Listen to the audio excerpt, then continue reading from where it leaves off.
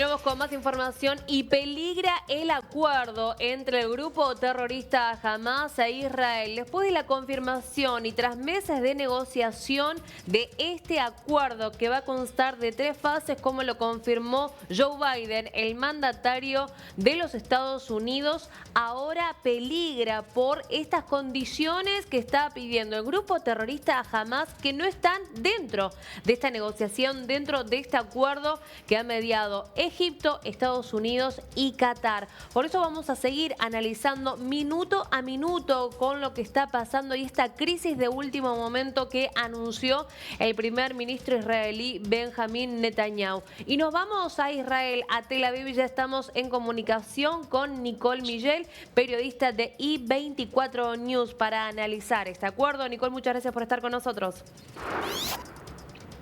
Gracias a ustedes, Magali, muchísimas gracias. Ciertamente desde Tel Aviv, en momentos cruciales, bien lo decías en ese anuncio, la situación es bastante compleja, tensa. Este cese de fuego se ha ejecutado. Israel ha acusado a Hamas de combatir y de cambiar cosas en último momento, pero tenemos que comprender, Magali, que son los tiras y encoges que hay en estos últimos momentos, porque el domingo tiene que concretarse. Yo pienso que así serán estas 6 semanas que se van a realizar de cese al fuego. No es el comienzo, y es algo que lo debe de entender la gente, porque muchos han creído que ya es el fin de la guerra. No es el comienzo de paz. Esto se va a finalizar. Esto, de alguna manera, será una pausa necesaria para un año y medio demasiado difícil, tanto para Israel como para los gazatíes, pero la contienda militar continuará después de esas 6 semanas. Hay 2 objetivos. Está el objetivo de Hamas, que es conseguir, como hemos visto, la liberación de todos los presos políticos, de todos los presos palestinos, que Israel pare de alguna manera la guerra y que Israel también acepte que Hamas gobierna en la franja de Gaza. Y eso es algo imposible de pensar, pero no tan solo para Israel, sino para la región de Medio Oriente y ahora con la llegada del presidente Donald Trump. Por otra parte, están los objetivos de Israel, que es lo contrario, que Hamas no se quede en la franja de Gaza y, lo más importante, recuperar a todos los rehenes, vivos y muertos.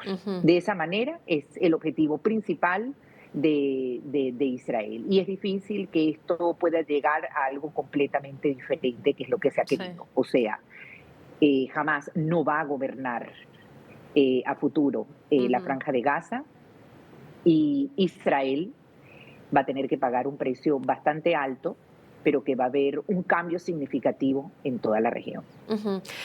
Nicole, aquí nos acabas de hacer un gran resumen de cómo se va a tratar esta fase, de los objetivos que tiene Israel con este acuerdo, pero llega en un momento clave, después de 15 meses de lo que fue el ataque pasado el 7 de octubre del 2023, llega en un momento clave. ¿Qué es lo que se puede decir del acuerdo? ¿Qué es lo que significa para Israel y para las familias que están esperando a los rehenes? Bueno, este acuerdo es bastante costoso. Es bastante costoso para la sociedad israelí y para la política. Y ha sido realmente fuerte para el mismo gobierno de coalición de Benjamín Netanyahu, quizás inimaginable. Este acuerdo debería de haberse hecho al comienzo de la guerra y no haber esperado más de un año en toda esta gran tragedia con todos estos rehenes que están en manos del grupo terrorista Hamas.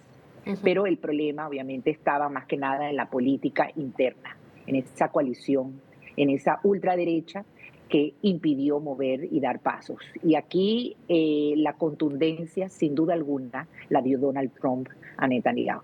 Y muchos ya incluso empiezan a hablar si este puede ser el fin, el comienzo del fin de la política y de todo lo que ha soportado este gran halcón, sin duda alguna, que es políticamente como es Benjamín Netanyahu. Aquí lo más importante ante todo, y independientemente del costo que se está pagando, porque estos presos palestinos que se están entregando, 200 a 300 son asesinos comprobados. Uno de ellos, por darte un ejemplo, hace pocos años violó, degolló y mató a una niña religiosa de 19 años. O sea, son personas, bueno, Mm, son seres que no se comprenden en la realidad humana y que se están intercambiando por personas comunes y corrientes, como cualquier persona que nos está viendo en América Latina, jóvenes, hombres, niños, porque debemos recordar algo muy importante. Y es ujú, algo que todavía hay una gran incertidumbre. De estos 33 rehenes que en el acuerdo que se ha firmado en Qatar se van a ir liberando paso a paso en un lapso de 6 semanas. Cada semana se van a liberar entre 3 y 5 rehenes. Están los dos niños de la sí. familia Vivas, un niño de 1 año y un niño de 4 años, que no sabemos si están vivos o que están muertos, y son de origen argentino, o sea, Ujú, son niños israelíes de origen argentino. La ujú, implicación de toda esta guerra y de todo lo que se ha vivido en Israel no nada más pertenece a Israel. Esto ujú, pertenece al sistema internacional, a la ujú. humanidad, a una situación tremendamente compleja que pienso en toda la actividad desde aquí, y lo digo como periodista, como latinoamericana y como israelí, que no ha sido comprendido en el mundo. Ujú. Porque el hecho que secuestren y que en estos momentos hayan todas estas disputas, y mientras estamos nosotros hablando en los túneles oscuros de Hamas, que todavía hay por lo menos unos 40, 60 túneles que no han podido destruir el ejército israelí, siguen secuestrados más de 1 año, personas comunes y corrientes como nosotros. Ujú, Israel, como te dije, va a liberar de 200 a 300 asesinos que han sido demostrados. De alguna manera Israel se retiraría. Hay también 1.000 presos palestinos que participaron en el 7 de octubre. No fueron, o sea, no asesinaron, pero participaron en el sí. 7 de octubre, también serían liberados. Y el acuerdo también habla de entregar de 400 a 600 camiones de ayuda humanitaria. Esto se trata en yo doy, tú das. Claro. Es así Ujú, como está en estos sí. momentos. Nicole, hoy el primer ministro israelí Benjamín Netanyahu confirmó y acusó al grupo terrorista Hamas de crear esta crisis de último momento y por eso comenzamos a hablar del peligro, a ver si se iba a llevar a cabo finalmente y que este domingo comience, ¿no? Este acuerdo tan esperado. ¿Qué podría llegar a pasar si Hamas no cumple directamente con este acuerdo? Jamás tiene que cumplirlo. Aquí hay una implicación importante que se llama Donald Trump. Donald Trump no es lo mismo que Joe Biden. Ujú, Es lo que podríamos decir el verdadero sheriff. Y atrás de todo esto, no atrás, al lado de todo esto, está Qatar, que Qatar financia jamás. Y ujú. que Qatar sabe perfectamente que las palabras de Trump no son las mismas palabras de Biden. Y cuando Trump dice que verán el infierno, Claro. como Dios en sus declaraciones, Qatar se lo tomó completamente en serio, y Qatar es quien maneja y es quien financiado a Hamas. Ujú. Entonces saben perfectamente que no se pueden meter en un problema, y han tratado en esa hipocresía que hay de diplomacia en Medio Oriente, han sido los mediadores. Jamás necesita que la guerra termine. E Israel no está dispuesta completamente a eso hasta eliminar completamente a Hamas. Y ahí Ujú. está la gran disyuntiva. Por eso digo que esto no se termina, esto es un cese al fuego, va a continuar la contienda. Hay algo muy importante en todo esto, que es, Magali, el eje chiita. Ujú. Y el eje chiita son todos los países y las organizaciones chiitas. O sea, Irán es la cabeza principal. Sí. Está Hezbollah, está Hamas, una Siria que ya no es o sea, estaba la Siria de Assad que ya no existe, están los hutíes del Yemen que siguen atacando. Hace 3 días hubo en las madrugadas, ellos ahora atacan en las madrugadas de Israel, siguen haciéndolo. Están las milicias chiitas en Irak, Y después del 7 de octubre, este eje, sin duda alguna, y eso es algo muy importante que lo va a tener, no es que lo va a tener en cuenta, va a trabajar en función de eso, el gobierno de Trump se ha debilitado mucho. Ujú. Irán, y lo hemos visto a lo largo del año 2024, no tiene las capacidades bélicas contundentes para defenderse tanto de Israel como de Estados Unidos. Ujú, ujú. Y más aún cuando se trata de algo que ellos sabían que tenían una amenaza, que son las centrales nucleares. Y ellos saben perfectamente que están en el radar tanto de Israel como de Estados Unidos.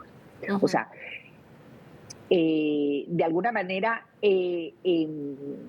lo principal ante todo esto, por eso digo que esto es algo que va a continuar después del cese y después de estas 6 semanas, esto va a continuar porque lo principal aquí no es tan solo la eliminación de Hamas, que ya está debilitado, pero está ahí y está con Sí. unos rehenes.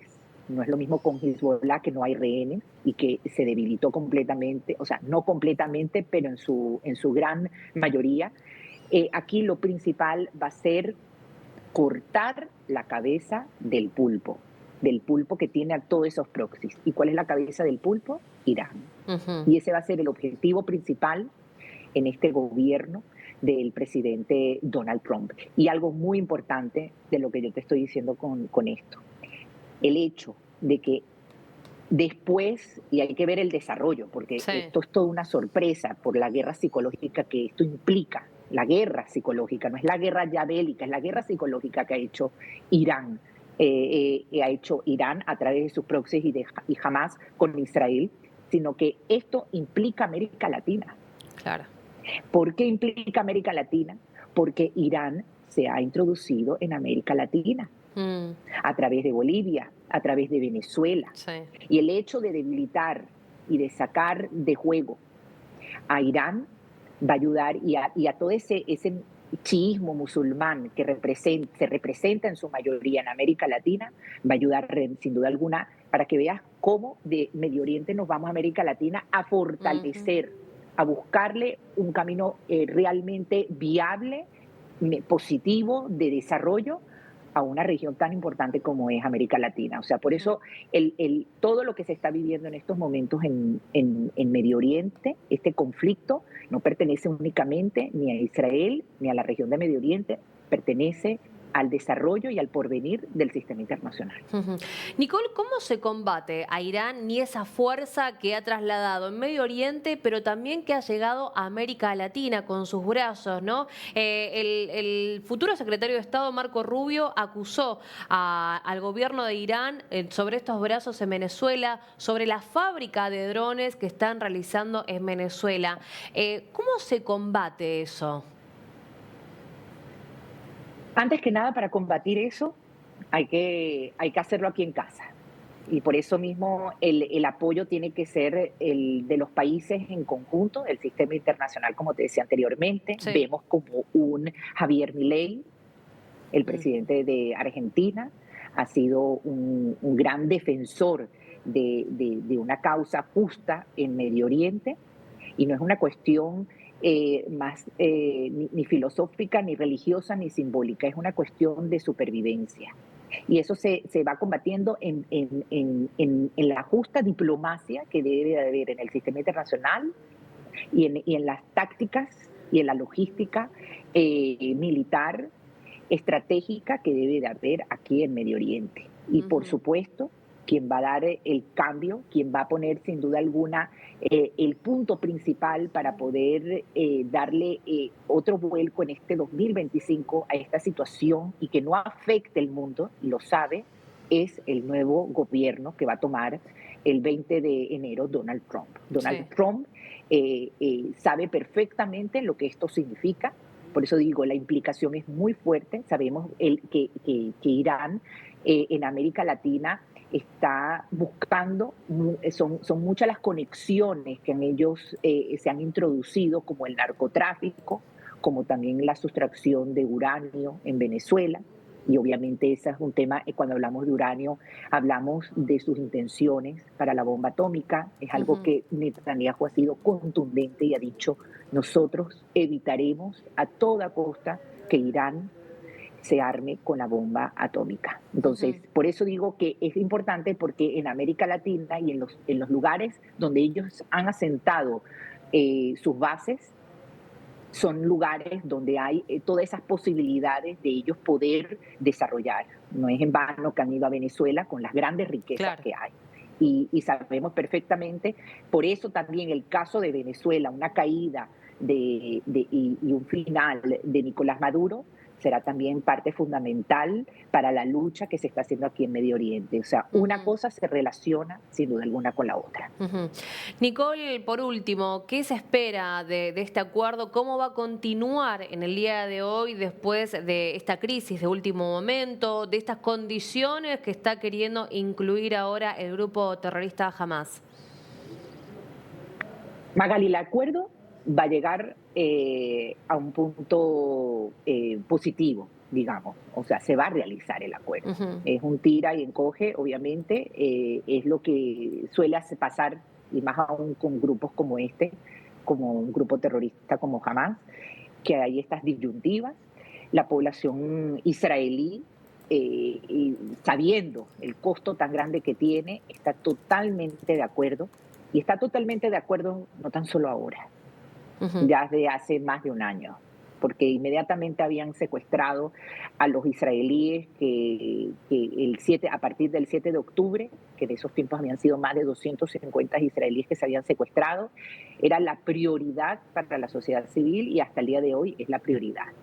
Ujú. Y parar la guerra, que es algo muy importante también se han cuestionado y me han preguntado mucho, y los israelíes están conscientes que no se puede parar la guerra, con todo y que es complicado para la sociedad, el día a día, los productos, todo está mucho más costoso.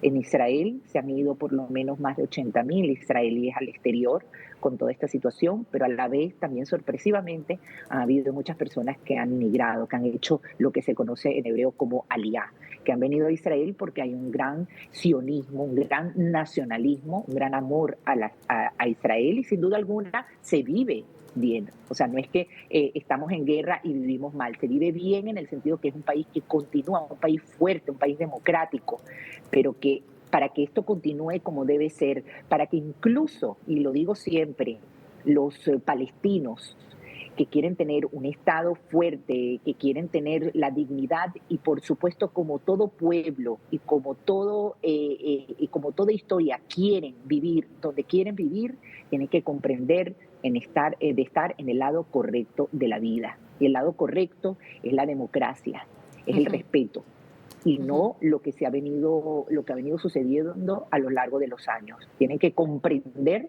que jamás no es política, jamás es un grupo terrorista.